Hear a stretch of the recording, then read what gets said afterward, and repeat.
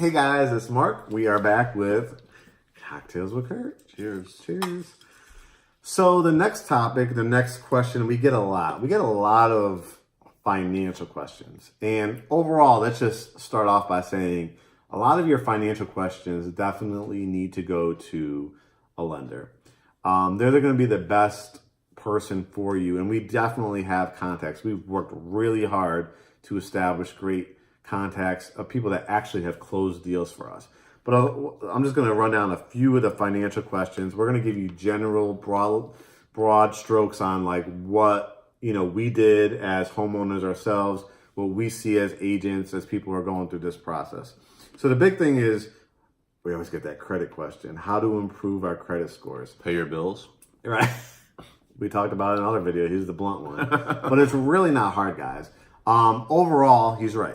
It's paying your bills. I mean, if you have gone through a bankruptcy, a foreclosure, your mindset really should not be anywhere near purchasing a home, right? And let me just say, because, I'm the blunt one, and I was being very tongue-in-cheek with pay your bills. Right. But I understand because we've gone through. I was laid off from work for 9 months, right. So and I've gone through a layoff. I empathize and I can totally relate to people. So it's not to make fun of people. No. Yeah. That's why I'm clarifying.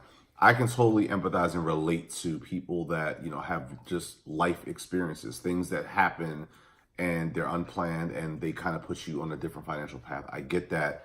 Totally empathetic to that, and I'm not making fun of it. What I was making fun of are the people that call knowing that literally last they have one foot out of bankruptcy, and that's the only thing they're thinking about, and the other foot in a delinquent student loan payment, and then they're calling asking, can they buy a house? So a lot of this is just like common sense. The one thing I will say is, and we've talked about this because we have a 15-year-old. And we ask, because she's taking sometimes some business classes. I think next year she's taking economics or something like that. But they really don't teach you in school how to buy a home, how does credit matter, what affects credit. I'm just going to talk a little bit of some general guidelines. And because we talked about it in last week about the myths about credit repair companies and stuff like that. But in general, he's right. Pay your bills on time. Number 2 is definitely keeping your, and this is something that you were really educated about, because when we first got together, we would go to clubs, right, and the bars and stuff like that. But probably about 3 years into it, what are the Saturday nights looking like? Shark Tank. And who else? And Susie Orman. He said, oh, Susie's on again. But as he laid there and actually maybe was on his phone, he started actually listening to what she said. And we started learning things, and this is just tips that we can share with you.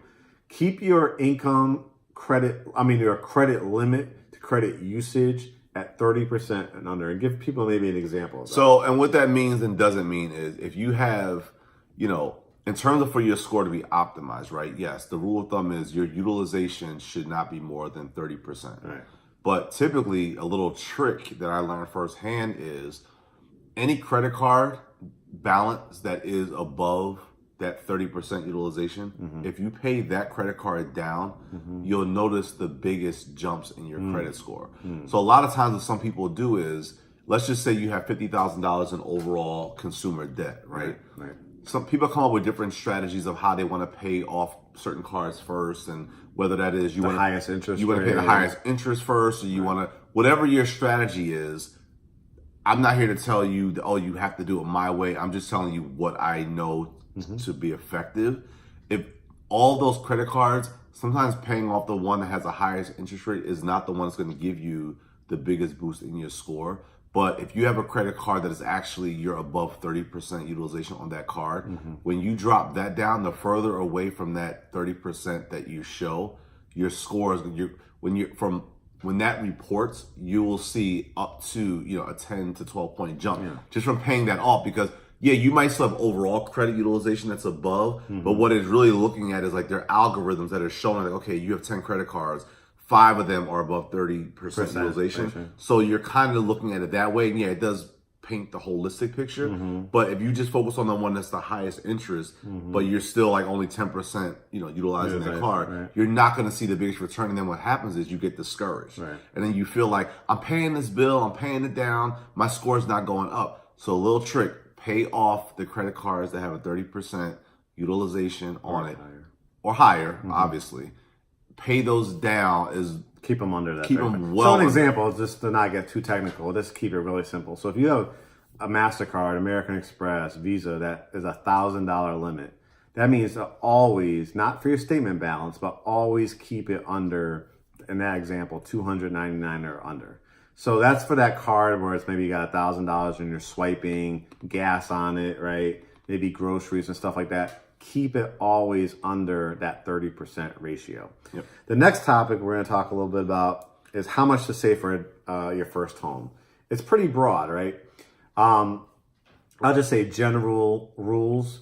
You should expect to have to put something down. There are down payment assistance programs that are going to help you with that. There are 100% finance programs. They're starting to make a comeback. But in general, you want to prove to yourself and get your instant equity anyway. So I would say at least 3 to 3.5% down is what your goal should be, right? To save. I look at it like this: if you're about to embark on the journey of buying a home, I think that you should think of a down payment assistance program as like a surprise, or as just a surprise gift. This is like, just nice. Yeah. You were already prepared anyway, for your down payment, your closing costs, everything that comes with buying a home, which we've talked about in other videos. You were already prepared to pay those things. But what happens is when you get down payment assistance, or the seller says, you know what, instead of you having to pay $10,000 in closing costs, I'll pay $5,000. Those should be like surprise, wow, I just saved. Now I had my money, but I don't even need it for that. I can use that for my reserve fund, that for furniture goes back shopping, into your savings, for whatever. But if you're trying to buy a house, I agree. That's a good point. And you don't even have the down payment on your own, you should always plan on it. You should plan on having it. If it's like you said, it's a good bonus. If you don't have the down payment and you don't have your closing costs, you are not ready to buy a home, because at that point, you're putting yourself, you're not in the power position, because you're putting yourself in the position where you don't have enough to cover what you need to get that house. So now you're putting all the power in the seller or the builder's hand, because now they're going to dictate based on what they're able and willing to contribute. They're going to determine whether or not you're able to buy their home. And do you want to be in a position where somebody else is the one that basically is dangling the carrot and saying, well, if I give you this, you can I can only act on it if you give me the money. It's like, we're always going to try to negotiate that for you, but it's never like you said, guaranteed. if you're down to like your last $500, $1,000, even $2,000 in your account, in all honesty, like a lot of agents will say, and a lot of lenders, I could get you there, but we're different. We're going to tell you, are you really ready? And they can get you there, but where they can also get you is in foreclosure a year later when you can't afford it. Like, good point. That's real talk. Everybody, look, this was in another video. We are in the business of sales. Period. There's no way to sugarcoat it. That is what it is. But you have people that are in the business of sales that hold on to their ethics. And you have people that are like, you're the next transaction. You're going to be the ends to that next designer bag I'm going to buy. And that's what it is for a lot of agents. So that's the advice, is like, keep your ratios under 30%, pay your bills on time, try to avoid, like, definitely, one thing that we did learn from Susie and all the shows, like even in a bankruptcy, your student loans don't go away. So when you're thinking about going to school, don't overextend yourself. Go for all those scholarships. But that's pretty much the biggest things, where you see the biggest jumps. Keeping your debt low. And then don't close your credit cards. Always keep them open, because the age of your credit. Like, say you didn't even use a card, maybe just swipe a gas bill on it and pay it off, because you don't want them to shut down that line of credit. The age of your credit, the history of it, those are all things. And don't fall for anything that there's not a magic pill for credit repair. You have to speak to the lender. There's definitely tools that they have to say, if you do A, B, C, D, you do this, you'll qualify. So our overall points, keep your credit scores in that, hopefully the high 6s, 7s. That should always be your goal, and always save for the down payment. 3.5%, and another 3.5 to 4% for closing costs, and look at everything else as a bonus, right? Cheers to that. Cheers. On to the next video, guys. Cocktails with Curt.